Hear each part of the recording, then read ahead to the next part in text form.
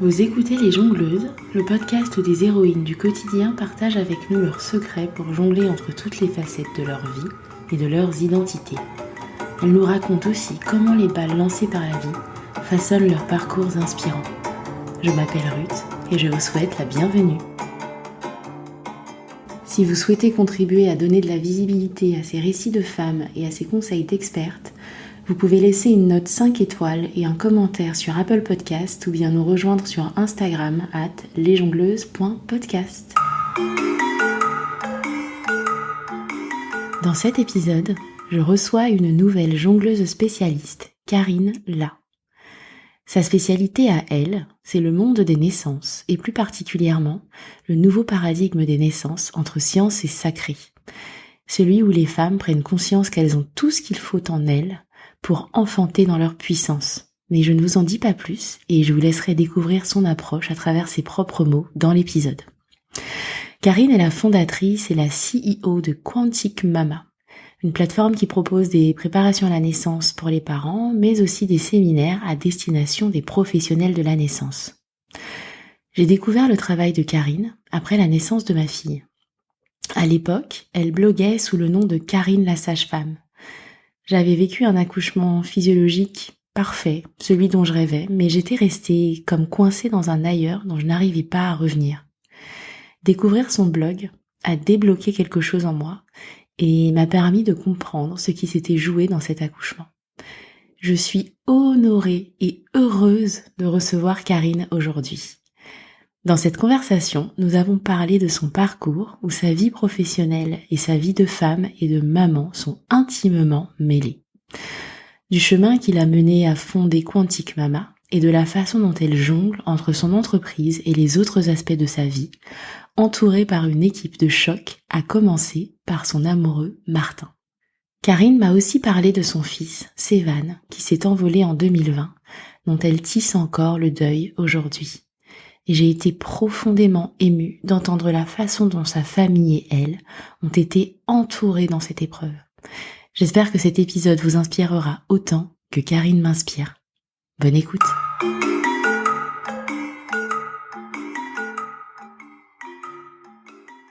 Bonjour Karine et bienvenue dans Les Jongleuses. Hello maman, merci de m'avoir invitée, t'es tellement belle.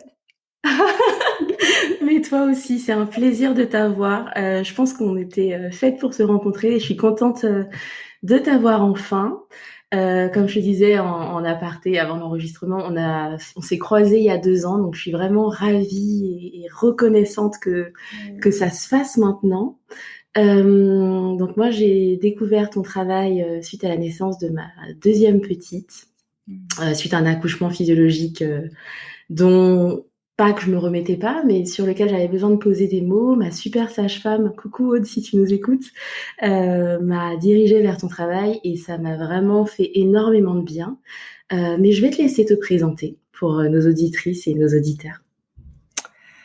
Wow, je vais essayer de faire ça rapide et concis. Je m'appelle Karine La. Je pense que les gens ont commencé à me connaître dans le monde virtuel sous le nom de Karine La sage-femme, qui était le nom de mon premier blog pendant, ma foi, presque 10 ans.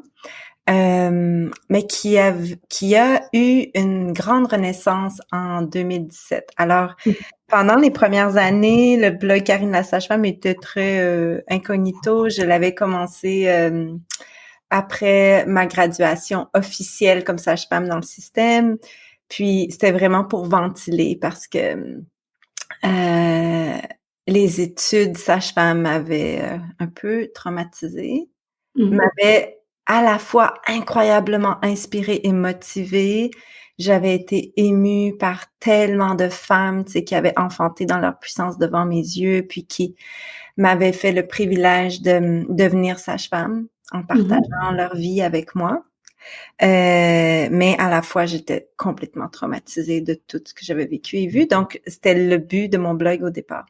Puis, en 2016, je suis sortie, j'ai disparu virtuellement pendant 1 an Et je suis revenue en 2017 avec vraiment une autre formule, vraiment plus mijotée, plus épicée, plus tranchée, avec vraiment cette affirmation de c'est ça que je pense. Puis tu sais, J'assume. genre fuck you, I'm gonna do me, tu sais. Puis ça a été viral, le blog, dès les premiers jours, et tellement viral que après quelque temps, il fallait que je trouve un moyen de faire de l'argent avec ça parce qu'il me coûtait une fortune à garder en ligne, tu sais. Ouais.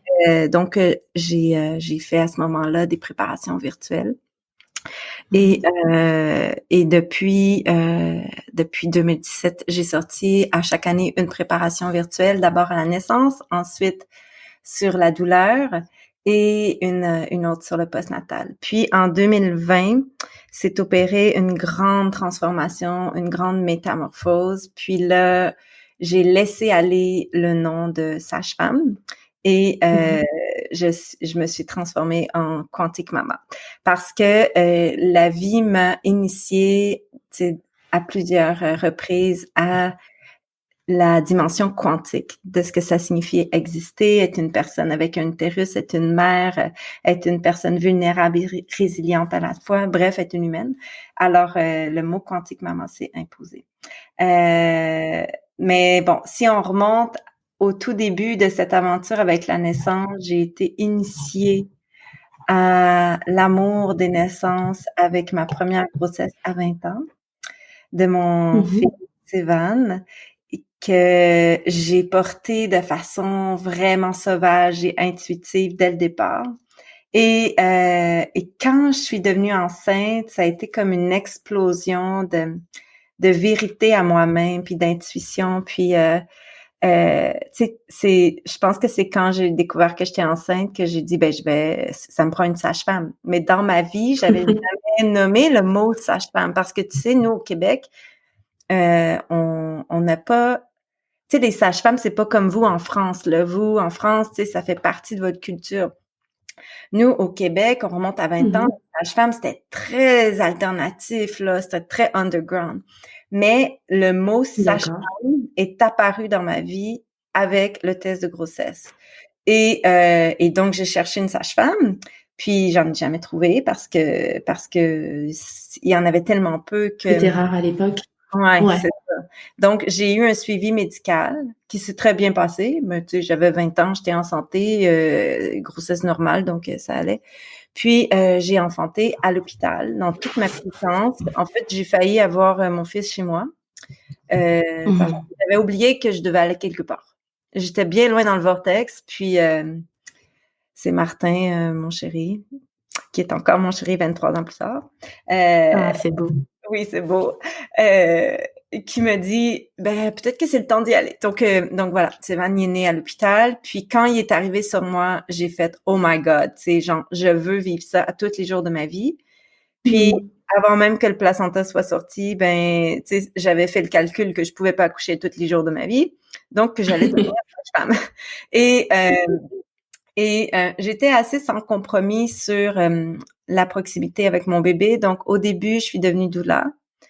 Rapidement, je suis devenue doula. Parce que ça, en fait, qui te permettait de rester avec ton bébé, de l'emmener avec toi. C'est pour ça que tu es devenue doula, c'est ça? Oui. Mais en fait, je suis devenue doula parce que pour devenir sage-femme, il fallait faire 4 ans et demi d'études.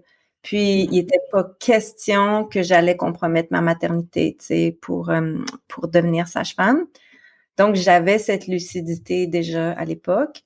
Et je suis devenue doula.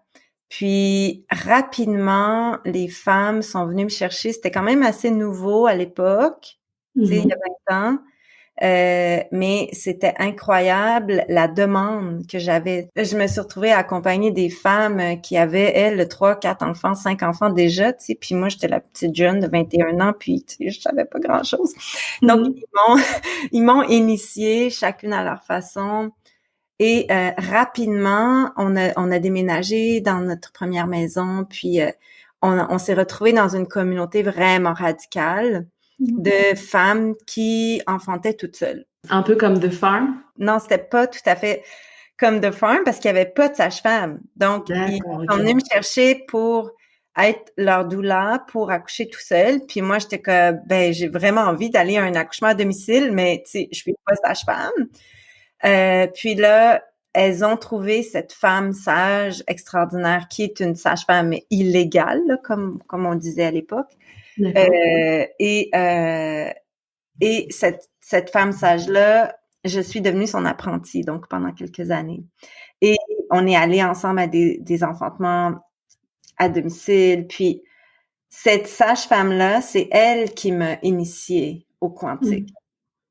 Alors justement, tu parlais tout à l'heure de quantique, c'est revenu plusieurs fois, c'est aussi le nom de ce que tu fais, de ta plateforme aujourd'hui. Qu'est-ce que tu entends par quantique, justement?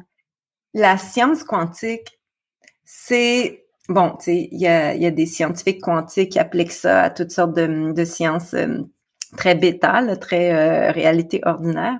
Mais tu sais, la dimension du quantique, c'est toute cette dimension de l'invisible. Donc, comment l'invisible a un impact sur le visible? Parce que oui, on a un corps physique, hein, mais on est bien plus que notre simple corps physique. On est avant toute chose énergie. Et comment nos pensées, ce que l'on pense tout bas, a un impact sur le visible. Tu sais, par exemple, j'ai souvent cette phrase quand je parle des enfantements, c'est la femme qui enfante entend tout haut ce que les gens autour pensent tout bas. Donc, c'est parce qu'elle est dans cet état altéré de conscience. Donc, mais elle, cette femme sage-là, elle faisait du quantique parce qu'elle elle était très radicale, elle avait aucun matériel, aucun gant, elle écoutait pas le cœur du bébé, puis tu sais, elle arrivait, puis elle s'assoyait, puis elle portait l'espace. Puis moi, j'étais comme, ben moi, je pensais que les sages-femmes, on écoutait le cœur, tu sais, puis que tu prenais la pression, puis que, tu sais, comment tu sais que le bébé, il va bien, tu sais. Puis elle me disait, mais je l'entends, le bébé. Puis je demande à la femme. Puis la femme, elle me dit si son bébé va bien.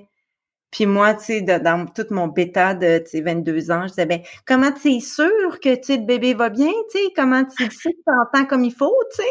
Puis là, il était comme, ben, je le sais, je le sens, on le sent, tu sais, je le vois dans l'espace, les particules. Puis là, elle me disait, tu vois-tu les couleurs, tu sens-tu les odeurs? Puis, tu sais, elle m'a initiée comme ça. Ouais. Puis là, après quelques années, ben, j'ai décidé d'aller faire le bac dans le système. Puis elle a dit, ben c'est ça, vas-y vendre ton âme au diable. Ouais, elle a vraiment vécu comme une trahison, quoi. Ah ben presque, parce que on a arrêté de se parler après, tu sais. Oh. Puis non, mais c'est pas grave parce que ça s'est bien fini. Puis elle a continué son chemin, puis moi j'ai continué mon chemin. Puis tu sais, comme toute ma vie, j'aurai de la gratitude et une reconnaissance éternelle pour cette femme-là dans toutes mes vies d'avant et d'après là, tu sais, parce que c'est cette personne-là qui m'a fait naître mes premières petites racines de la quantique maman que je suis devenue, tu sais. Puis c'est ça. Là, je suis allée faire mon bac, puis j'ai été bien formatée. Et après le bac, ben je me suis tranquillement reformatée au fil de mes intuitions puis de mes rencontres. Puis ouais. Donc tu vois, j'ai de la misère à faire ça simple, une présentation. Non, mais écoute, je me suis régalée à écouter ton podcast et c'est vrai que t'as un peu eu 1000 vies et ça me fait sourire quand j'entends l'histoire de ton accouchement et après l'histoire de comment t'as été appelée dans le monde des naissances parce que moi, c'est un peu ce que j'ai vécu. Pour ma fille, j'étais à la maison. Je pense que j'aurais pu finir à la maison et du moment où je suis sortie de chez moi, je me suis dit ah mais non, j'étais bien chez moi. Et puis pendant, tu vois, pendant la phase de calme et tout ça, je dormais pas, mais j'étais pas là en même temps. Et puis même après, le vortex pour moi, c'est pas refermé tout de suite parce que je sentais en fait, je savais précisément ce qui allait pas autour de moi. C'est très très fort ce que tu dis. Wow. Et du coup, donc là, tu tombes enceinte de ton premier bébé à 20 ans, t'es appelée dans le monde des naissances, tu vas faire ton bac sage-femme, tu lances ton blog. Ensuite, qu'est-ce qui se passe? Ben, je lance mon blog, je pratique pendant quelques années. Avant d'aller faire le bac, j'ai eu un deuxième enfant, ma fille, qui est née au bout de 42 semaines bien complétées et qui s'est terminée avec un accouchement orgasmique. Donc, moi, j'ai vécu un accouchement orgasmique à ma deuxième. Ça existe, OK. Ouais, mais tu sais, j'ai eu 4 accouchements à terme, là, puis j'en ai eu un seul orgasmique, tu sais. Donc, je pense pas qu'il faut chercher l'orgasme parce que, tu sais, quand tu cherches l'orgasme, des fois, tu le trouves pas, hein. Bah, il s'échappe, c'est sûr. Mais c'était vraiment un magnifique accouchement. Et donc, quand j'ai commencé à pratiquer, j'étais cette nouvelle sage-femme hyper motivée, hyper révoltée aussi contre le système, bien entêtée à vouloir faire à sa façon, un peu comme entre ce que j'avais été initiée avant le bac, puis tu sais la science que j'avais appris pendant, donc tout ce que j'appelle entre science et sacré. Mais j'étais tellement formatée et tellement traumatisée du dernier préceptorat que j'avais eu, où j'avais vécu de l'intimidation pure et dure, que j'étais fragilisée. Puis, dans ma première année de pratique, j'avais beau, tu sais, pas toucher, rester à distance, porter l'espace comme, tu sais, je pressentais que je devais le faire. J'avais malgré tout, ben pas moi, mais les femmes saignaient beaucoup, je trouvais. Puis on avait beaucoup de transferts, puis il y avait des césariennes, puis il y avait des traumas. Puis je me disais, mais il y a quelque chose que je fais qui va pas. Tu sais, qu'est-ce qu'on a brisé en moi? C'est quoi les peurs qu'on a mis en moi qui fait que je gâche les accouchements, tu sais? Puis là, je trouvais pas la réponse. Donc, j'ai décidé de faire un bébé. D'accord. De prendre une pause. J'ai pris une pause de comme 1 an et quelques mois, là. Et j'ai eu mon 3e enfant, Emma, que j'ai eu à la maison. C'était mon premier accouchement à la maison. Puis quand Emma avait quelques mois, je suis allée à San Francisco dans un festival. Puis c'est là que j'ai rencontré Wapio. Wapio qui enseigne les états modifiés de conscience. Puis, tu sais, c'est vraiment un oracle là, du nouveau paradigme. Puis, tu sais, elle a comme trouvé un nouveau langage pour la naissance. Puis moi, quand j'ai rencontré Wapio, tu sais, c'était presque comme si je rencontrais Jésus-Christ, là. Tu sais, c'était comme, oh my God, c'est ça que je cherchais comme réponse, tu sais. Puis là, j'étais comme prête à retourner travailler comme demain, tu sais, mais j'avais un tout petit bébé. Puis ben finalement, j'ai décidé de sacrifier mon bébé puis d'aller travailler comme une grosse égoïste. Puis j'avais pas fait ça avec les 2e, les 2 premiers. Puis En même temps, je pense que si tu le sens, c'est pas tellement égoïste parce que si tu le sens, c'est que c'est là que tu dois être et du coup, tu es bien en tant que femme et tu es bien en tant que maman. C'est là que je devais être, c'est sûr, mais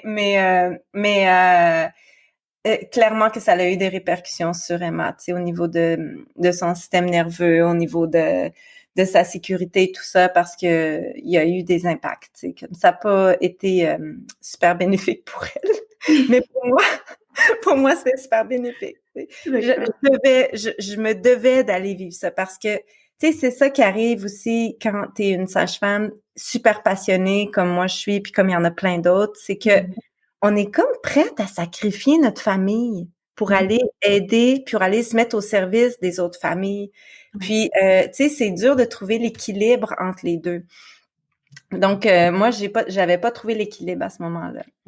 Puis, c'est là, tu sais, quand j'ai terminé mon bac, puis tout ça, c'est là que j'ai commencé à faire mon blog aussi, tu sais, c'est ça, pour transcender le trauma du bac. Mais, donc, ouais, fait que j'ai fait un autre bébé, j'ai rencontré Wapio, puis quand je suis retournée travailler, là, je me suis mis à appliquer. Les enseignements de Wapio, d'accord. Wapio, elle appelait pas ça comme ça, elle appelait pas ça l'approche quantique. Moi, j'ai commencé à appeler ça l'approche quantique plus tard. Mais là, j'avais plus de transfert. Il y avait plus d'hémorragie. Il y avait plus de césarienne. Il y avait les femmes accouchaient, les bébés naissaient, les placentas sortaient en quelques heures, puis moi, je m'en allais me coucher. Tu sais. Fait que c'était simple, c'était le fun, c'était beau. Sauf que malheureusement, à un moment donné, il est arrivé une bad luck, puis j'ai eu une méningite. Puis j'ai failli mourir. Puis j'ai dû arrêter. Puis, tu sais, là, j'ai goûté à ce qu'on appelle dans notre ère moderne le burn-out. Après ça. Ouais. Puis là, tu sais, j'ai vraiment comme revisité mes valeurs, tu sais. Puis qu'est-ce qui est important pour moi, puis comment je peux mettre à l'avant ma famille, puis, tu sais, trouver un équilibre entre ma passion de sage-femme puis l'importance de ma famille, parce que c'est ça Ouais. qui est le plus important, tu sais. Puis, quand j'ai comme, je me suis rétablie de cette étape-là. Là, j'ai ajouté quelque chose de plus dans ma pratique, comme un ingrédient, l'ingrédient qui manquait. Et là, Mhm. c'était extraordinaire.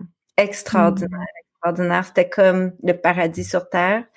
Il y avait cet équilibre entre ma pratique qui allait super bien, ma famille. Mais Ouais. malheureusement, il est arrivé une bad luck, c'est que mon fils est tombé malade. Mhm.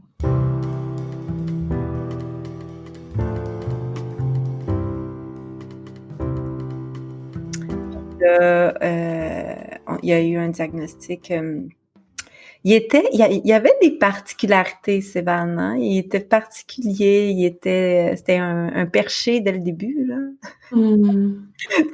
Enfant, il parlait de ses vies antérieures, il parlait de plein d'affaires, tu sais. Il était vraiment spécial. Puis, mais au niveau moteur, il y avait des petites particularités qui l'empêchaient pas de vivre, mais qui l'empêchaient d'être comme tout le monde, tu sais. Ouais. Puis nous, on était comme, bah, tu sais, il est intello, donc c'est sûr qu'il est pas moteur. Donc, tu sais, on excusait ces particularités-là qui étaient pas si graves que ça. Ouais. Sauf qu'à un moment donné, quand il est arrivé à l'adolescence, c'est très fréquent quand on est porteur d'une maladie orpheline qui s'est pas activée dans l'enfance, Mhm. qu'elle s'active avec les hormones de De l'adolescence. l'adolescence. Ok. Ouais. Puis là, c'est ça, ça s'est activé. Et au début, on était inquiets, mais en même temps, c'était comme incertain. Puis en novembre 2017, juste après, c'est comme un divine timing, là, vraiment, parce que je venais juste de partir mon blog, puis de sortir ma préparation virtuelle. Je commençais à faire de l'argent avec mon blog. Tu sais, je Mhm. commençais juste, là, tu sais, c'était pas la grande abondance comme c'est maintenant, mais c'était quand même assez confortable. Ouais. Et là, on a eu le diagnostic de cancer rare du cervelet. Mhm. Et c'est incurable, puis ils nous ont dit, ben, hope for the best, tu sais, espérer que ça n'aille pas trop vite. Ouais.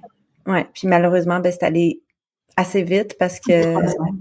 après 30 mois, ouais, c'est ça, il s'est envolé, tu sais. Ouais. Mhm. Puis, ben, moi, j'ai essayé de continuer de travailler quand même pendant presque 1 an. En fait, ouais, c'est ça, pendant quelques mois, là, pendant presque 9 mois. Puis après 9 mois, c'était trop, là. J'étais plus capable. J'allais aux accouchements, puis, tu sais, j'avais peur qu'il s'étouffe. Ouais. J'étais plus là, tu sais, j'étais plus là. Je pensais juste à mon fils, tu sais. Mhm. Donc, j'ai décidé de quitter la pratique et vraiment de me dévouer corps et âme à, tu sais, essayer de maîtriser la maladie, tu sais, la stabiliser, de faire des recherches, tout ça. Puis, ben, à pousser mon blog le plus possible pour pouvoir en Ouais. vivre, parce que là, on n'en vivait pas encore. Donc, Mhm. c'est vraiment, tu sais, Sévan, c'est vraiment mon chaman, là. C'est mon initiateur. Il me propulsait tu sais, à chaque étape de ma vie, il me propulsait vers quelque chose de plus grandiose. Puis même depuis qu'il s'est envolé, tu sais, le 7 mai dernier, tu sais, Quantique Maman, il a été propulsé comme dans un autre niveau, tu sais. C'est magique, c'est magnifique, c'est tellement beau, puis en même temps, Mhm.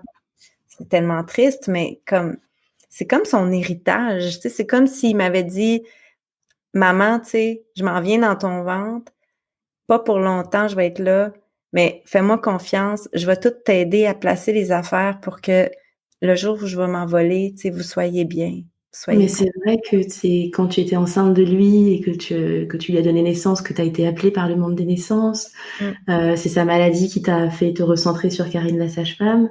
Et mm. tu partages beaucoup sur son départ, sur comment vous vivez ça en tant que famille. Déjà, merci beaucoup de partager sur la perte d'un enfant. Je pense que ça ne doit pas être évident de le faire. Merci de le faire parce que je pense que tu dois libérer la parole et mettre des mots sur les mots de beaucoup de familles. Comment vous êtes vis-à-vis de ça aujourd'hui? Ben là, ça le fait 6 mois samedi dernier. déjà. Et ben c'est incroyable de voir, tu sais, comment, tu sais, on pense que on pourrait pas survivre à la mort d'un enfant. Puis finalement, tu sais, comme on survit. Puis quand les jours où on pense où on va pas survivre plus longtemps qu'aujourd'hui, ben on survit jusqu'au lendemain. Puis tu sais, on se voit survivre, puis on s'entend rire. Puis entre les rires, des fois il y a des larmes. Puis les larmes sont jamais plus loin qu'un clignement de cils, qu'une pensée qui passe, puis qu'une émotion ou qu'un rire qu'on entend dans l'invisible, tu sais, puis que là, tu sais, comme tu fais oh oui, tu sais, son rire, puis ah, tu sais, quand il faisait ce son-là, tu sais, comme des fois ça m'énervait, mais ah, tu sais, on s'en coupait, ça nous énervait, tu sais. Mais tu sais, on tisse avec l'invisible. Moi, c'est vraiment, tu sais, de découvrir que, mais pas de découvrir, mais de nommer comme cette nouvelle mission, tu sais, qu'on a en tant que parents, d'être comme des tisseurs de notre parentalité à travers l'invisible et à la fois dans le visible avec nos 3 autres enfants. Ça m'aide vraiment beaucoup de dire qu'au-delà du visible, je suis encore la mère de Sévan, puis je vais toujours l'être, tu sais. Puis aussi, tu sais, ce que je veux dire, on n'a pas fini de découvrir tous ces cadeaux, puis de comprendre qui il était. Puis ça, c'est vraiment comme un beau grand poème d'amour, là, parce que quand il a quitté sa coquille physique, tu sais, qui était tellement souffrante, tu sais, les 2 dernières années, c'était, tu sais, on a témoigné, moi j'en parlais plus, là, j'en parlais plus. Tu sais, je faisais comme si tout, tu sais, je faisais mes affaires, mais je pouvais pas en parler, j'étais pas capable d'en parler. Puis quand il s'est envolé, tu sais, comme on a comme fait fuck, tu sais, c'est vraiment arrivé pour vrai, là.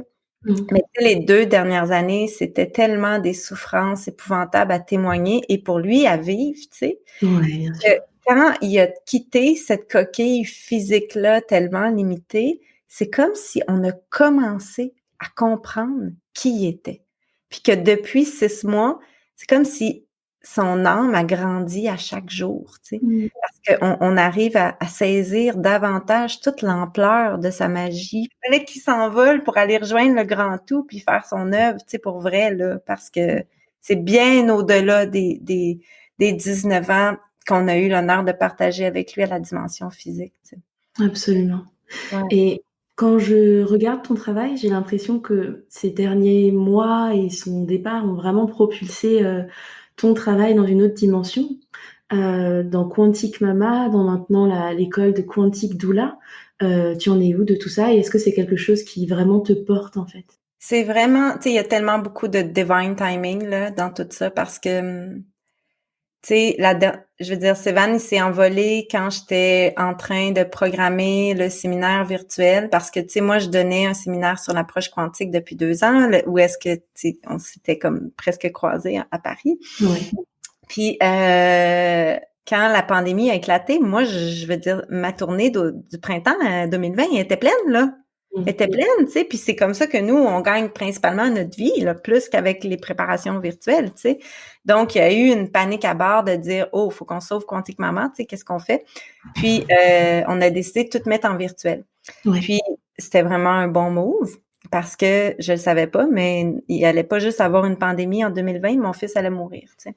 Puis, quand la dernière fois que j'ai parlé à Sévan, il me dit « Puis, Mom, t'as-tu fini, tu sais, de programmer ton affaire? Tu sais, ça fait longtemps que tu travailles dessus, là. » Puis j'ai dit oui, tu sais, genre, dans 2 jours, là, je devrais avoir fini. » Puis il a dit « Ah, je suis vraiment fière de toi, tu sais. » Puis 2 jours après, j'ai fini, ou 2 jours, peut-être comme une couple de jours après, mais le matin de sa mort, où j'ai appris sa mort, je me suis levée, je me sentais bizarre, je me sentais vide. Il y avait comme un vide dans mon ventre, j'avais mal au cœur. Puis je me disais, ouh, tu sais, je pense que j'ai beaucoup travaillé, tu sais.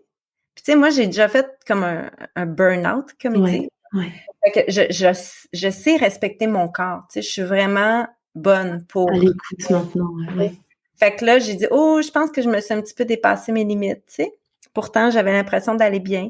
Fait que là, je suis allée au boulot finaliser les dernières affaires, les dernières petites affaires, tu sais. Puis là, j'ai fait publish. Puis, je suis rentrée, puis j'ai dit à Martin, « Ah, je vais pas bien, je me sens pas bien, j'ai mal au cœur. » Puis, Martin, il a dit, « Je vais amener les enfants à la plage. » On était au Costa Rica à l'époque. Ouais. Puis, je te donne comme du temps, là, prends du temps. Puis, il est parti, puis j'ai eu un téléphone pour me dire que mon fils était mort dans la nuit, tu sais.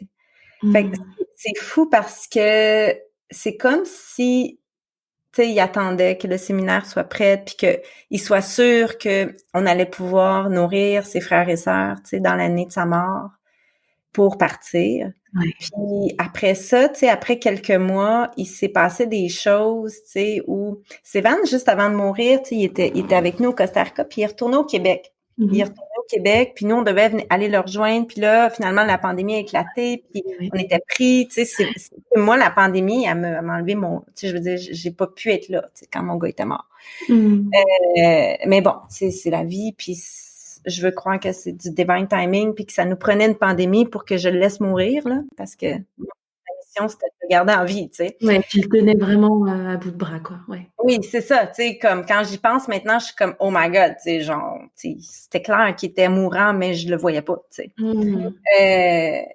Pendant qu'on était dans la jungle, juste avant de partir, Sévan, il a travaillé avec des chamans, tu sais, avec la plant medicine, tu sais. Donc, il a fait de l'ayahuasca, il a fait du kambo. Et en essayant ces plantes-là de la jungle, il a vraiment eu accès à la dimension de l'invisible, tu sais.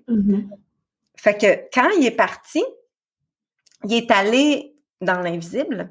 Et c'est comme si parce qu'il avait déjà rencontré un peu les maîtres de l'invisible, tu sais, certains maîtres, certaines dimensions. Il maîtrisait quand même, hein, il a comme compris comment danser avec l'invisible et il a mis en place des choses où ça nous a amené, tu sais, moi, les 2 premiers mois, je suis disparue. Oui. J'ai été partie dans un océan d'intensité de larmes. Puis tout doucement, je suis revenue. Puis à un moment donné, il y a Mélanie qui est revenue dans ma vie. Puis Mélanie Chevary, avec qui j'ai ouvert l'école Quantique Doula, elle, je l'avais rencontrée pendant mon bac. Puis après, elle est partie travailler au Kenya pendant presque 7 ans. Ouais. Et là, Mélanie s'est mise à m'appeler. Puis on a comme senti ensemble. Puis tu sais, Mélanie, elle a travaillé elle aussi avec la Jungle Medicine. Donc elle, c'est comme si Sévan, de par l'invisible, avait été la ramener vers moi. Puis là, les deux, tu sais, moi j'ai eu mon retour de couche pour la première fois depuis l'accouchement d'Emrys. Et Mélanie a eu ses règles en même temps que moi. Puis là, on a eu le download, tu sais. Puis moi, j'ai entendu Sévan qui me disait, « Tu vas-tu l'ouvrir, ton école, Mom? Ça fait assez longtemps que t'en parles, là. C'est ça, faut que tu fasses. » Puis, fait qu'on a ouvert l'école, tu sais. Mais c'est incroyable parce qu'on a comme downloadé l'école. Ouais. Là, on a fait un landing page. On a lancé ça comme, tu sais, du jour au lendemain sur Instagram. Puis, oh my God, tu sais, genre, en une semaine, c'était overload, là. C'était comme, faut qu'on ferme les inscriptions, tu sais, comme, nous, on s'était dit, tu sais, on laisse les inscriptions ouvertes jusqu'à telle date, mais non, là, c'était comme, là, il fallait qu'on ferme, tu sais. C'était vraiment une évidence, effectivement. Ouais, mais c'était du quantum, là. Ça venait de l'invisible. C'est comme si ça a passé à travers nous, tu sais. Nous, on est juste des canals, puis comme on est des generators, là, tu sais, moi, c'est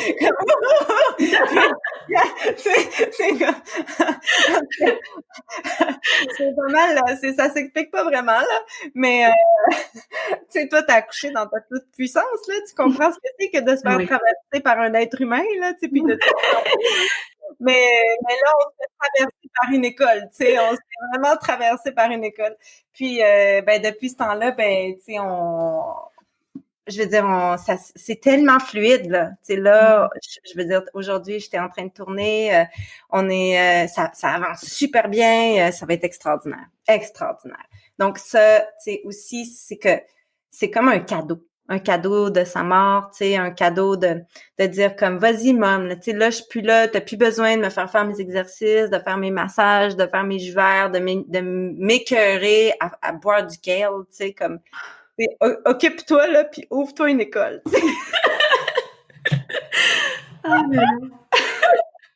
Mais j'ai vraiment l'impression que les événements de vie comme ça, comme une naissance, une mort, en plus toi tu en as vécu beaucoup. Toi-même tu as vécu des expériences de de, Marie. de mort imminente. Forcément ça ouvre et je suis convaincue aussi que ça ouvre à d'autres dimensions et que tu vois les choses de façon, je l'ai vécu de façon extrêmement claire, extrêmement limpide. Tu sais pas d'où ça te vient, mais c'est là et il faut juste le faire, quoi. Donc je comprends complètement. Aujourd'hui, comment tu jongles avec ce cadeau et cet héritage de Sévan? Je te sais bien entourée par ton chéri, par Marielle, par Mélanie. Est-ce que c'est ça qui t'aide? Et comment tu jongles avec ça et puis avec les autres aspects de ta vie? Wow, quelle belle question. Tu sais, au début, je faisais tout seul, puis ça allait bien. Puis depuis 2017, il y a Cédric qui est là en backstage, qui est mon webmaster, qui m'aide avec le montage vidéo. Puis oui, effectivement, Marielle, à un moment donné, est arrivée. Puis Marielle, c'est une canal. Tu sais, Marielle, c'est elle qui, pendant ma tournée en 2019, m'a écrit puis m'a dit, ça fait 5 ans que je suis à la maison, j'ai un bébé de quelques mois, mais je sens qu'il faut que je t'écrive parce qu'il faut que je travaille avec toi. Tu sais, comme on a une longue aventure à vivre ensemble. Puis moi, j'ai dit, wow, tu sais, je vais te faire une entrevue, mais oui, tu sais. Puis j'ai fait une entrevue, puis tu sais, c'était vraiment un match. Et je pense 2 semaines après, tu sais, j'ai dit, Marielle, on va se dire les vraies affaires, là. Tu sais, que tu t'en viens travailler avec moi parce qu'un jour, mon fils, il va mourir. Puis que tu vas devoir porter mon entreprise à bout de bras pendant que moi, je suis dévastée puis que je sais pas comment je vais survivre à ça, tu sais. Puis, c'est ça qui est arrivé, tu sais. Ouais. Marielle, elle a vraiment sauvé Quantique Maman, tu sais, parce que c'est comme, elle a été hallucinante, tu sais. Puis aussi, tu sais, ce qu'il y a vraiment de super quantique puis d'extraordinaire dans toute ma dimension avec Quantique Maman, c'est toute la communauté qu'il y a. Ouais. Toutes les femmes là qui viennent, tu sais, c'est authentique, c'est vrai, you get what you get, tu sais, comme moi, je le marche mon chemin, puis tu sais, je te le montre que je suis pas parfaite, puis je crie après mes enfants, ça m'arrive, puis je me sens coupable, puis je m'excuse, puis je recommence, puis tu sais, je le montre ça au monde, puis ça fait que ma communauté est grandiose, authentique, tellement belle. Puis donc, tu sais, quand Sévan est parti, Marielle, elle a pris ça en main, mais la communauté aussi. Elle a été là, ça a été hallucinant. Puis, elle a organisé un meal train. Puis, ça a été incroyable. Pendant 2 mois, on avait des gens qui venaient nous livrer de la nourriture à tous les jours, à telle heure. Puis, ils nous amenaient une bougie. Tu sais, on a eu tellement de bougies, tu sais, comme il y avait des bougies qui brûlaient pendant constamment jour et nuit. Tu sais, les gens, on avait mis une brouette à l'entrée, puis les gens mettaient la nourriture dans la brouette. Puis des fois, ben, on les voyait pas, mais des fois, je les voyais, tu sais, puis je sortais, puis je disais «Allô!»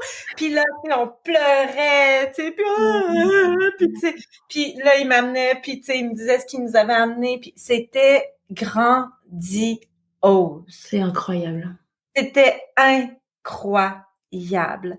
Puis des gens de la France que eux pouvaient pas m'envoyer de repas, qui m'ont envoyé de la bouffe par des traiteurs, des cadeaux, des cartes, des massages, des rituels. C'était oh my God, c'était absolument fantastique. Puis ben là, il est arrivé Mélanie aussi, puis ouais, je pense que c'est vraiment ça le secret, tu sais, c'est la communauté, oui, virtuelle, mais vraiment réelle. Ouais. Tu sais, sont réels là, ces femmes-là, ces hommes-là, tu sais, qui commentent en dessous de mes posts, puis qui partagent, puis qui achètent nos prépas, puis qui parlent de nous autres, puis qui disent wow, tu sais, ça m'a vraiment aidé là.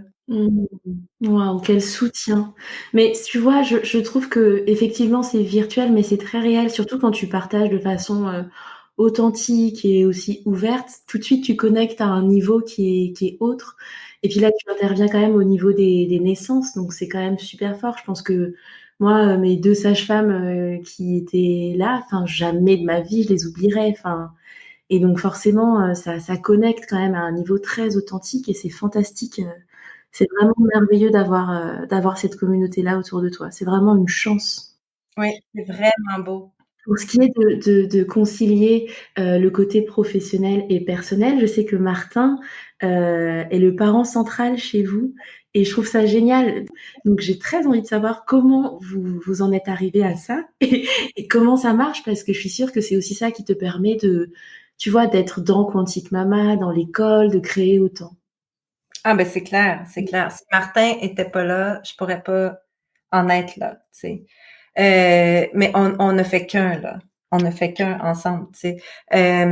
Quand Sévan on a eu son diagnostic, quelques mois plus tard, assez rapidement, j'ai fait un rêve, puis je me réveillais le matin, puis il y avait un bébé à côté de moi, puis c'était un petit garçon, puis il riait dans le rayon de soleil, puis il était fantastique!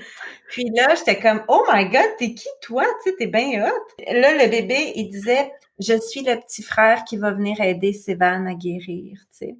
Puis là, j'étais là, wow, tu sais, quel beau rêve. Puis moi, nous, on voulait plus d'enfants, tu sais, c'était comme, on était comblés avec 3. Puis c'était le déjeuner, puis j'avais fait le déjeuner à Sévan, puis là, je raconte mon rêve à Sévan, puis Sévan, il me dit, Man, j'aimerais vraiment ça, moi, avoir un petit frère, tu sais. Il dit, me semble que ça nous ferait du bien, tu sais. Puis une semaine après, j'apprenais que j'étais enceinte. Puis finalement, ce bébé-là, je l'ai perdu à 3 mois. Puis là, après ça, on a conçu consciemment un bébé. Puis c'est Emrys qui est né. Et quand Emrys est né, on a fait un enfantement en famille, juste en famille, Martin, puis les enfants. Puis j'avais une doula qui était là pour Emma. Et quand c'est vraiment avec la naissance d'Emrys, puis toute ce post-natal absolument fantastique, tu sais, que j'ai eu le download comme oh my God, tu sais, c'est vraiment ça ma mission. Ma mission, c'est plus d'être sage-femme dans le système. C'est plus ça. Puis ça a été un gros deuil pour moi, ça, parce que je m'identifiais beaucoup à ça, tu sais. Bien sûr, oui. Puis, mais c'est d'être cette femme sage virtuelle qui inspire et qui partage les connaissances pour les femmes, les familles, le nouveau paradigme des naissances. Et je pense que Emrys, il devait avoir à peu près 1 mois et demi. Puis là, j'ai dit à Martin, parce que lui, il avait arrêté de travailler complètement pour les 2 premiers mois. Et là, j'ai dit à Martin, too bad, on prend le risque si c'est un risque, mais je pense pas que c'est un risque, je pense que c'est comme, on prend notre chance. Tu retournes pas travailler et on se dévoue corps et âme à nos enfants puis à notre business. Wow. Puis il a dit, je m'en souviens, il faisait des muffins. Il faisait des muffins, puis il était avec Emma, il faisait des muffins, puis j'ai dit, c'est ça toi, c'est ça ta mission, c'est d'être ce porteur d'espace, d'être mon chaman qui porte ma transformation, mon évolution pour être cette quantique maman qui va inspirer, tu sais, qui voudra être inspirée par moi. Puis, ça a commencé comme ça, puis c'est devenu comme une évidence, tu sais, puis on peut même pas concevoir que Martin pourrait aller faire autre chose que faire ce qu'il fait en ce moment, tu sais. Et il est vraiment impliqué dans toutes les décisions, tu sais, avant de prendre n'importe quelle décision, que ce soit de faire une vente 50% pour le confinement ou d'ouvrir une école quantique doula ou de mettre le séminaire en virtuel, c'est lui que je vais en premier. Parce que c'est vraiment, tu sais, ça part de nous, là. Mais non, c'est vraiment beau. C'est vraiment beau. C'est vraiment fantastique parce que on a l'impression, en tout cas de ce que tu partages, que ça fonctionne. Vous le vivez bien, ça, c'est quelque chose c'est une affaire qui roule? Ah oui, oui, on le vit bien. Tu sais, il y a des, je veux dire, c'est pas tout le temps facile, tu sais. Ce matin, je lui disais, là, comme, il faut faire du ménage dans les tiroirs, puis comme, pourquoi c'est juste nous, les femmes, qui voient ça, qu'il faut faire du ménage dans les tiroirs? Tu sais, fait que des fois, on a des petits accroches, là, mais c'est beau, puis c'est plein de grâce à chaque fois, tu sais, puis c'est plus comme, on apprend vraiment à danser avec ça, puis c'est grandiose. Puis on n'a pas fini, là, je veux dire, les projets, là, je veux dire, si tout va bien, puis qu'on on garde la santé, puis que nos enfants s'épanouissent et tout. On a tellement des projets que les gens savent pas, tu sais, qui s'en viennent. J'ai hâte de découvrir tout ça. En tout cas, c'est génial. Ouais, ouais. Vraiment très chouette. Et dans tout ça, comment tu fais pour garder du temps pour toi? Parce que moi, je sais que depuis que je fais ce que je fais là, mon podcast, ma reconversion, j'ai pas l'impression de travailler en fait. Et du coup, je n'arrive pas à m'arrêter. Est-ce que toi, tu es plutôt quelqu'un qui a besoin de faire des pauses, de prendre des bains, de se poser un petit peu, ou est-ce que tu es un peu en mode non-stop? Et si tu es quelqu'un qui a besoin de faire des pauses, etc., d'avoir des bulles un peu tu vois, de rien du tout, comment tu fais pour avoir ça en étant maman, en étant chef d'entreprise, voilà. C'est vraiment un sujet qui est tellement fascinant, mais je pense que, tu sais, quand on fait une reconversion comme tu fais là, puis comme moi j'ai fait, les premières années, on a comme pas le choix de dépasser un petit peu nos limites parce que il faut, tu sais, il faut faire ce qu'il y a à faire. Mmh. Moi, tu sais, je suis là en ce moment, je suis 3 ans et quelques mois là, dans l'aventure. Et je dirais que c'est vraiment dans la dernière année que j'ai pu, depuis que Marielle est arrivée, que là, tu sais, j'ai pu commencer à être cette femme à la tête d'une entreprise. Là, maintenant, je suis rendue avec 2 employés. Ouais. Tu sais, j'ai 2 employés. Donc, je me donne ce devoir d'être un exemple, de dire, tu sais, par exemple, comme nous, on travaille les 3 ensemble le lundi, puis des fois, je vois Marielle puis Mélanie, tu sais, comme cette semaine, qui c'est l'heure de manger, puis ils continuent à travailler pendant qu'ils mangent. Tu sais, ils mangent devant l'écran. Puis là, je dis, non, ça, c'est non. On ferme les écrans, on mange, puis on peut se parler, on peut, tu sais, partager nos visions, mais on peut aussi parler de complètement autre chose. Tu sais, comment ça va les dents de ta fille, tu sais, t'as-tu mieux dormi cette semaine? Puis, tu sais, comment ça va avec ton chum, tout ça. Mais tu sais, I've been there, là, comme de travailler non, comme une machine, là, tu sais, de 4 heures du matin jusqu'à 10 heures le soir, là, j'ai fait ça pendant vraiment longtemps. Puis, ça m'a pas achevé parce que j'aimais ça. C'est comme une nourriture. Moi, quand je viens dans mon studio, quand je fais un podcast, quand je crée, c'est du temps pour moi, ça. Ouais. J'ai pas l'impression de travailler. Sauf qu'à un moment donné, il y a des besoins de base, comme manger, comme boire, comme se laver, comme méditer, comme dormir. Donc, tu sais, pour moi, c'est vraiment, moi, je travaille beaucoup, beaucoup le petit matin. Fait que je me lève presque 5 jours semaine, peut-être 4 là, ces temps-ci, mais 4-5 jours semaine, je me lève à 4 heures. Puis je travaille de 4 à 7. Et à 7 heures, je rentre dans la maison jusqu'à 8 heures pour voir les enfants, puis tu sais, comme faire un petit peu la routine du matin, faire acte de présence. Puis après ça, vers de 8 heures à 8h30, tu sais, je vais comme faire les chambres, partir un lavage, serrer du linge. Puis après ça, vers 8h30, là, je reviens dans le studio. Puis là, je vais travailler. Mais à midi, c'est pause dîner. Jusqu'à midi et demi, midi 45. Puis après ça, je recommence. Puis après ça, c'est maximum 5 heures, mais idéalement 4 heures. C'est fini. Ouais. Jusqu'à 7 heures. Puis là, c'est le rush avec les enfants. Puis moi, mes enfants, ils se couchent tôt, mes petits. Ma plus vieille qui a 16 ans, elle se couche pas. Elle fait sa vie. Elle fait sa vie, elle se couche pas, puis elle dort 5 heures par nuit, puis elle est en pleine forme. mais tu sais, les petits, eux autres, à 7h30, tu sais, ils dorment, là. Donc, à 7h30, je retourne pas travailler, là.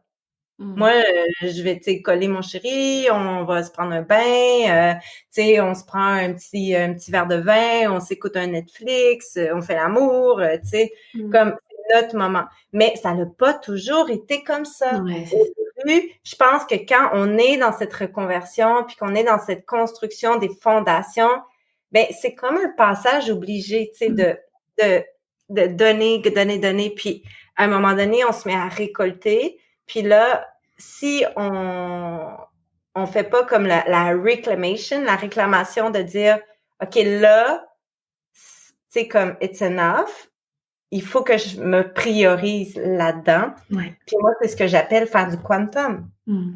Donc, comment j'ouvre une école quantique doula qui ouvre en janvier, qui est de 10 lunes, 150 heures de vidéo, Wow. que je me brûle pas, tu sais. Ben, c'est en mangeant à des heures. C'est vraiment, c'est l'armée, là, chez nous. On mange à midi. On mange à 5h30. Comme, on déjeune. Martin vient me livrer un smoothie dans le studio autour de 10h. J'ai mon jus vert qui arrive à 3h de l'après-midi.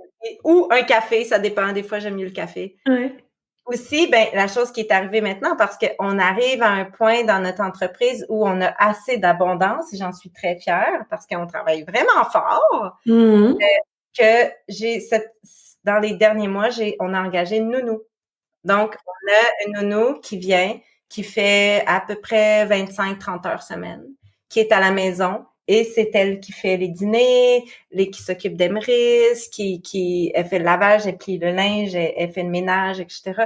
Donc, ça me permet, moi, d'être 100% là et de pas avoir à plier du linge jusqu'à 11 heures le soir. Tu comprends? Exactement. Mais c'est sûr que on a moins d'argent à la fin du mois dans notre compte personnel, parce que c'est deux choses, là, le compte de l'entreprise et le compte personnel. Mais nous, on a priorisé d'avoir une nounou, puis de faire moins de sorties, de se payer. Moi, je m'en fous d'avoir du linge que ça fait 10 ans que j'ai, là. C'est vraiment, tu sais, il faut prioriser. Mais ça a changé notre vie, là. Mais sauf que ça a pris énormément d'heures de travail puis de nuits écourtées à 4h du matin pour en arriver là dans notre vie. Et c'est vraiment extraordinaire. C'est la révolution, là, la nounou, là. Ah, mais c'est génial. J'ai suivi la recherche, mais ce que je trouve vraiment génial dans tes partages, c'est que c'est honnête, en fait. Tu vois, c'est pas j'ai monté une entreprise en faisant. Enfin, on voit le travail qu'il y a derrière, on voit les priorités, les choix que tu as dû faire à tel ou tel moment, et je trouve ça hyper inspirant. Et c'est chouette de le partager, c'est génial de normaliser le fait que, ben oui, si tu veux quelque chose, il faut travailler beaucoup au détriment d'autres choses. Et c'est génial que vous ayez trouvé votre perle rare pour, tu vois, pour favoriser la créativité ou juste une certaine sérénité, tu vois, qui te permet de consacrer du temps de cerveau à autre chose. Et c'est vraiment, j'aime beaucoup ce que tu fais, et quand je serai grande, j'aimerais bien faire ça. Oh! Ben, on apprend, et puis c'est ça, c'est qu'on apprend sur le tas, hein. On danse la danse, puis des fois, il y a des faux pas, puis des fois, on recule, puis des fois, on change de la musique, puis, tu sais, il y a rien d'acquis. Exactement. Il y a rien d'acquis. Tu sais, moi, j'ai appris au fil du temps que du jour au lendemain, on peut tout perdre, même un enfant. Donc, tu sais, comme, vaut mieux vivre la vie de façon le plus optimale possible, puis s'ajuster aux besoins pour quand on sent que c'est pas optimal. Comme ça, si un jour, ben, on perd tout, ben, on a moins de remords. Exactement. C'est ça, tu sais, comment on peut se prioriser à la fois dans sa passion, à la fois dans ses besoins primaires pour vivre une vie avec le moins de remords possible. Puis c'est comme ça qu'on renversera le patriarcat, puis que en tant que femme, on va se réclamer notre droit à l'abondance, puis au bonheur, puis aux bonnes baises, puis aux orgasmes, puis tu sais, comme vraiment vibrer, tu sais, à travers de notre yoni, le centre de prophétie depuis que le monde est monde, tu sais. C'est beau ce que tu fais, puis c'est beau ce qu'on fait tout le monde ensemble, puis tu sais, portons-nous, puis tu sais, si toi t'as de l'abondance, puis si toi t'as du succès, ben moi ça l'assure mon abondance puis mon succès. Exactement. Ça fait plus pour tout le monde, en fait. Je suis complètement d'accord. Pour tout le monde, tu sais. Mais c'est pas là-dedans qu'on est baigné depuis toujours, en fait. On a l'impression que si on a plus, d'autres auront moins, ou qu'on prend à d'autres, etc. Je pense que c'est un état d'esprit à reprogrammer. Mais j'aime beaucoup cet état d'esprit.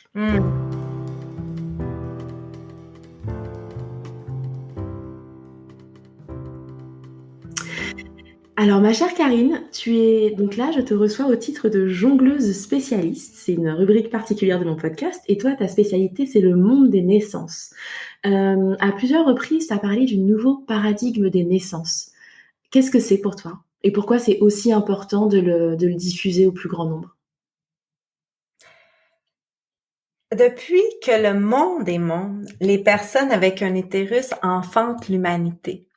Mais les 5000 ans de patriarcat qui nous précèdent, nous, aujourd'hui en 2020, en sont arrivés à nous programmer à penser qu'on est à ce point défectueuse qu'on a besoin de s'en remettre à une autorité médicale qui va nous dire comment on va enfanter nos bébés, puis qu'est-ce qu'on doit manger, puis combien de livres ou de kilos on doit prendre, puis si on n'en a pas pris assez, nous faire sentir coupable, etc. Puis en plus, nous dire de faire laisser pleurer nos bébés, puis de les abandonner à 1 mois dans les bras d'une nounou pour retourner travailler quand on sent pas que c'est ça notre vérité à nous. Okay? Le nouveau paradigme des naissances, c'est cette réclamation de notre plein pouvoir, de notre pleine liberté et autonomie en tant que femme, en tant qu'homme, en tant que famille, en tant que humanité, de dire comme « Hey, le patriarcat, là, peut-être ça fait 5000 ans que t'es là, mais avant toi, on a 30 000 ans d'évidence de société matrilinéaire, puis on dirait que ça allait quand même pas mal mieux dans ce temps-là. » Parce que depuis 5000 ans, il s'en est versé beaucoup du sang sur la mère Terre, avec toutes les guerres, puis tous les sacrifices. Puis le jour où les femmes, les personnes avec des utérus vont se réclamer leur sang sacré, puis leur sagesse, puis leur plein pouvoir, puis qui vont prendre leur diva cup ou qui vont aller tordre leur bobette menstruelle sur la terre, puis verser leur sang à elles sur la terre, on va renverser tout doucement le patriarcat. Puis on va se réclamer ce nouveau paradigme des naissances puis de la famille. Puis ça veut pas dire qu'on n'aura plus besoin de césariennes, parce que c'est extraordinaire des césariennes quand on en a besoin. Sauf que c'est pas vrai qu'on a besoin de 30 à 40% de césariennes pour enfanter l'humanité. Tu sais, le taux, là, c'est plus autour de 2-3%, tu sais. Ouais. Ouais, si on laissait faire, c'est vrai que le taux serait beaucoup plus bas que ce que c'est aujourd'hui, effectivement. Ben, c'est ça, tu sais. Fait que on n'est pas en train de dire que la science n'a pas sa place, puis que le progrès n'a pas sa place. J'aime ça, moi, l'Internet. Ça met la bouffe sur la table, là, tu sais. Puis ça me permet d'avoir une communauté de milliers de personnes qui m'inspirent, puis que j'inspire, puis qu'on s'échange, puis qu'on grandit ensemble. C'est beau, le progrès. Mais c'est pas le patriarcat. C'est pas à cause du patriarcat, le progrès. C'est vraiment à cause de l'intelligence de l'homme. Puis le jour où on va ajouter à l'intelligence de l'homme l'intelligence émotionnelle de l'humain, puis de l'humanité, oh my God, imagine le nouveau monde, tu sais. Puis qu'on va se réapproprier la sexualité avec toute sa sacralité comme énergie la plus puissante de notre corps qu'on peut transformer puis créer puis amener de l'abondance. C'est beau, tu sais. Oui, c'est ça le nouveau paradigme, là. C'est en gros, les grandes lignes. Et moi, c'est ça, ma clientèle, les gens avec qui je travaille sont tellement extraordinaires. Ces femmes, ces familles qui reprennent leur plein pouvoir, qui disent « Hey, OK, je vais y aller accoucher en maternité niveau 3 parce que là, on dirait que j'ai pas le choix. Puis c'est ça ma réalité. Sauf que, attends un petit peu, là. Moi, je veux ça, je veux ça, je veux ça, puis tu sais, je vais arriver à tel moment, puis écoutez-moi. Ou, fuck you, je vais rester chez nous, puis je vais accoucher dans ma baignoire avec ma sage-femme ou ma doula ou juste mon mari, puis tu sais, s'il y a de quoi, j'irai vous chercher de l'aide. Ouais, ok. Magnifique, c'est des poèmes continuels à chaque jour dans ma boîte de réception. Donc c'est vraiment accoucher en pleine... dans sa puissance. Et ce que je comprends de ce que tu dis, c'est pas que c'est accoucher chez soi, sans sage-femme, sans médecin, c'est avoir le choix, être éclairé et quelque part, cette puissance en fait dont tu parles, c'est vraiment le plein choix éclairé, c'est ça? Oui, oui. tu sais, d'être honoré dans son plein choix. Si toi, tu veux enfanter chez toi, go! Si tu veux aller enfanter en niveau 3, comment on peut te respecter puis te supporter puis pas forcément t'accoucher comme une prémisse parce que tu es dans un niveau 3, tu sais. Puis l'hypermédicalisation, c'est trop. Ouais. La science nous le dit que ça a vraiment des impacts négatifs, néfastes sur notre humanité. Mais l'hypernormalisation, c'est pas mieux. Je veux dire, à un moment donné, là, tu sais, si tu le sens pas bouger ton bébé, ben peut-être que c'est une bonne idée que tu ailles à l'hôpital, puis que tu ailles voir s'il va bien. Puis si tu écoutes ton intuition, ben ça se peut que tu le sauves parce que ils vont te faire accoucher ou ils vont te faire une césarienne d'urgence, puis il va vivre 100 ans. Fait que au lieu de hyper normaliser que tu sais, moi je crois vraiment à l'accouchement, puis je sens plus mon bébé bouger, puis tant pis, tu sais, parce que j'y crois vraiment, ben ça se peut que ton bébé il meure, tu sais, parce que la mort c'est normal. Puis ça arrive. Sauf que il y a des situations où l'intuition parle, où on a des signes cliniques qui nous amènent à intervenir d'une façon, puis on peut sauver, tu sais, un drame. Puis, tu sais, on est toutes pour ça, là. Ouais, absolument, absolument. Bien sûr. Et alors moi, j'ai une question sur la façon dont on accouche et la façon dont après on va concilier nos différents rôles. Est-ce que tu penses que le fait d'accoucher comme ça en pleine puissance va jouer sur les femmes qu'on devient après et la façon dont on va concilier la femme qu'on va être, la mère qu'on va être, la professionnelle qu'on va être? Est-ce que tu penses que ça a un impact? Oh, Ruth, t'es belle. C'est tellement une belle question. Mais oui, complètement. Tu sais, tu t'as donné la réponse dans ta question, là. Je veux dire, puis moi, c'est mon quotidien, ça. Tu sais, d'avoir des messages dans la boîte vocale, puis dans la boîte vocale, dans la boîte courriel ou la boîte Instagram, tu sais, de femmes qui disent « Oh my God, tu sais, j'ai accouché dans ma puissance, là, et je ne suis qu'à l'aube de découvrir tout ce dont je suis capable. » Puis, tu sais, moi, j'ai eu 3 accouchements naturels avant d'avoir Emrys. Et quand j'ai enfanté Emrys, tu sais, dans ma pleine maturité, dans ma pleine puissance, dans ma pleine acceptation de, OK, tu sais, comme, tu sais, whatever, comme, à la vie, là, t'es en train de m'enlever un enfant, là, je te mets au défi de me montrer que ce que je dis au monde à chaque jour, là, c'est vrai, puis que j'ai tout ce qu'il faut en moi pour accoucher mon bébé. J'ai touché à quelque chose qui, depuis ce jour, fait que je suis devenue la femme que je suis devenue. Puis, qui fait que je suis devenue cette mère d'un enfant qui est parti trop vite, mais que je suis capable de me lever le matin, puis de rire, puis de sourire, puis d'aller faire ma petite révolution à ma petite échelle. Parce que j'ai touché à ça, tu sais. Puis c'est beau, c'est beau. Puis c'est ça que je souhaite à toutes les personnes qui enfantent. Absolument. Alors, en parlant de personnes qui enfantent, en ce moment, c'est un peu compliqué avec le contexte de pandémie, tu vois, les accouchements où les femmes doivent être masquées à certains endroits, accoucher sans leur partenaire. Moi, j'ai une grosse pensée pour ces parents-là qui vont aller enfanter maintenant. Qu'est-ce que toi, tu peux leur conseiller pour se préparer au mieux à vivre l'arrivée de leur bébé en ce moment? C'est vraiment un temps de l'humanité qui est particulier, tu sais, comme la pandémie, là. J'ai une admiration incroyable pour ces personnes-là qui s'en vont enfanter maintenant. J'ai fait un podcast sur le sujet qui va sortir cette semaine, puis tu sais, j'ai sorti 10 points, fait que je pourrais te les dire, les 10 points. OK? Le premier, c'est ground yourself. C'est ancrez-vous dans ce que vous êtes, ce que vous pensez, vos valeurs à vous, vos limites. Faites-vous confiance. Branchez-vous à votre bébé. Puis, tu sais, entendez votre propre vérité. OK. Le deuxième, c'est définis ta vision. Donc, c'est quoi que tu veux? T'es-tu encore OK d'aller accoucher en niveau 3 avec un masque? Ou si t'es pas OK, qu'est-ce que tu peux faire pour faire autrement? Puis ça fait peur. Parce que quand tu es à 36 semaines, puis que tu fais comme, OK, tu sais, genre, j'y vais pas, puis je vais accoucher chez nous. Tu sais, c'est comme un gros saut, là. Bien sûr.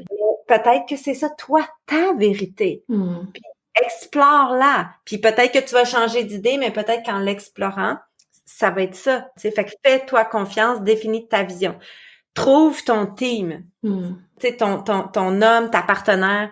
Fais-en ton chaman qui va te supporter dans ton rite de passage. Prépare-toi au max. Tu sais, fais toutes les prépas que tu peux, comme de la façon que tu peux, qui correspond à tes valeurs. Après ça, inspire-toi de l'archétype de la Cro-Magnon. Si tu choisis d'aller accoucher à l'hôpital avec un masque, I honor you, I respect you, comme vas-y comme une Cro-Magnon, tu sais. Mets-les ton masque, descends-les sur ton menton si t'as plus d'air, crie, crache, vomis dans toute ta grâce, puis tu sais, mets-les au monde, ton bébé. Engage une doula. Si tu as les moyens, si tu as ce privilège d'avoir assez d'argent, engage une doula. Oui, mais ils peuvent pas venir dans l'hôpital. Pas grave. Virtuel, mais là en FaceTime, OK? Moi, je supporte des amis, des couples à l'occasion en FaceTime. Je m'assis dans un coin, c'est un honneur, je porte l'espace et ça le fait. Mm. Mm. Engagez-vous une doula. Faites des rituels. OK? Mm. Faites-vous des cartes d'inspiration, amenez-les, décorez la chambre à l'hôpital, amenez votre batik, amenez votre statue, amenez-vous des chandelles, électriques, tu sais, comme trouvez une façon de ritualiser le chaos. Soyez une rebelle avec grâce. OK? Ça, c'est un devoir que je me fais à chaque jour depuis le début de la pandémie. Comment je peux rester la rebelle que je suis avec grâce? Comment je peux porter mon masque avec grâce puis faire rire la caissière? Mm. Parce que les pauvres caissières, ils portent leur masque, ils n'ont pas le choix, puis tout le monde a l'air bête. Donc, moi, j'ai la cliente dans la journée qui va y lancer une petite joke, qui va lui dire « Hey! » Puis, tu sais, ayez de la grâce. Donc, allez-y le plus tard possible. Clairement. Clairement, OK, clairement, allez-y, là, juste avant le sommet, là, pour vous poser, puis être sûr d'arriver comme quand votre bébé sort. Puis ça, ben, comment on fait ça? Ben, ça prend une doula, ça prend une sage-femme, ça prend du monde, ça prend une équipe, ça prend une préparation. Mm. Puis le dernier, c'est do quantum. Faites du quantum. Dansez la danse du chaos et mettez-y plein d'amour, puis de rébellion dans la grâce. Puis, tu sais, à the end, là, votre bébé, il va arriver sur votre poitrine, puis il va pleurer, puis vous allez avoir une explosion d'amour, qu'il y ait des masques, qu'il n'y ait pas de masque, peu importe le décor, c'est comme embrasser le quantique de ça. Magnifique. Merci beaucoup, Karine. C'est maintenant le moment du questionnaire des jongleuses pour finir ce bel entretien. Est-ce que tu es prête? Oui, vas-y. Alors, sur l'art de jongler, qu'est-ce que tu aimes le plus dans cet art délicat du jonglage au quotidien? Faire du quantum. Of course. Et qu'est-ce que tu aimes le moins? Qu'est-ce qui te paraît le plus difficile? Des fois, le temps passe trop vite. Ouais. Des fois, j'ai l'impression que lundi à 11h, je suis déjà vendredi dans ma tête. J'ai l'impression que j'aurai pas le temps de faire tout ça ce que j'ai à faire. Donc, tu comprends. Donc, faut que je me rappelle que, non, on est juste lundi, il est 11h. Puis là, j'ai mon horaire à côté de moi, tu sais, avec mes blocs de travail. Puis je suis comme, ça va le faire. Ça va le faire. Mais c'est pas mal, ouais, comme tu dis, s'organiser et puis se souffler et se dire qu'on peut le faire. Ça va le faire, ouais, c'est ça. Mais tu sais, de vraiment, tu sais, faut se grounder parce que des fois, tu sais, j'ai juste la tête tellement qui veut faire tout en même temps, puis que je me rappelle que non, tu sais, c'est pas comme ça qu'on fait du quantum. Comme on fait notre bloc, tu sais, là, tu as dit que tu faisais un podcast avec Ruth, tu vas faire ton podcast avec Ruth. Très, très bien, j'en suis ravie. Tu vas faire des médias sociaux, tu fais des médias sociaux. Ouais, c'est un super tips. Si on parle de tes priorités, est-ce que parmi tes balles, il y a une balle que tu ne veux surtout pas laisser tomber? Mes enfants, les premiers. Absolument. Et une balle à laquelle tu aimerais donner plus de place? Mon couple. Mon couple, juste nous deux, là. Genre, des moments ensemble, juste comme, ensemble. Je vois ce que tu veux dire. Je partage. Si on joue un peu avec le temps, une de tes balles de jongleuse te permet de voir le futur pour toi, pour d'autres, pour ton entreprise. Qu'est-ce que tu y vois? J'y vois plein de lumière, plein de belles rencontres, des retraites, une grande terre dans la jungle avec des lieux de stage où les femmes peuvent venir enfanter et où les doulas et les futures sages-femmes peuvent venir apprendre. Magnifique. Ouais. Puis j'y vois des livres aussi. Je vais écrire des livres, mais aussi des romans, pas juste sur la naissance, des romans, des fictions. Oh, j'attends ça avec impatience. C'est un beau futur. Une de tes balles te permet d'envoyer un message à la Karine du passé. Elle a quel âge et qu'est-ce que tu lui dis? Je lui dis de prioriser encore plus qu'elle pense en ce moment ses enfants. Ouais. De pas les sacrifier quand elle va avoir envie de les sacrifier pour mettre sa passion à l'avant. De trouver plus de se mettre en doute plus par rapport à ce non-compromis pour sa passion avant ses enfants. Parce que ça, c'est un regret que je porte beaucoup. D'accord. Ouais.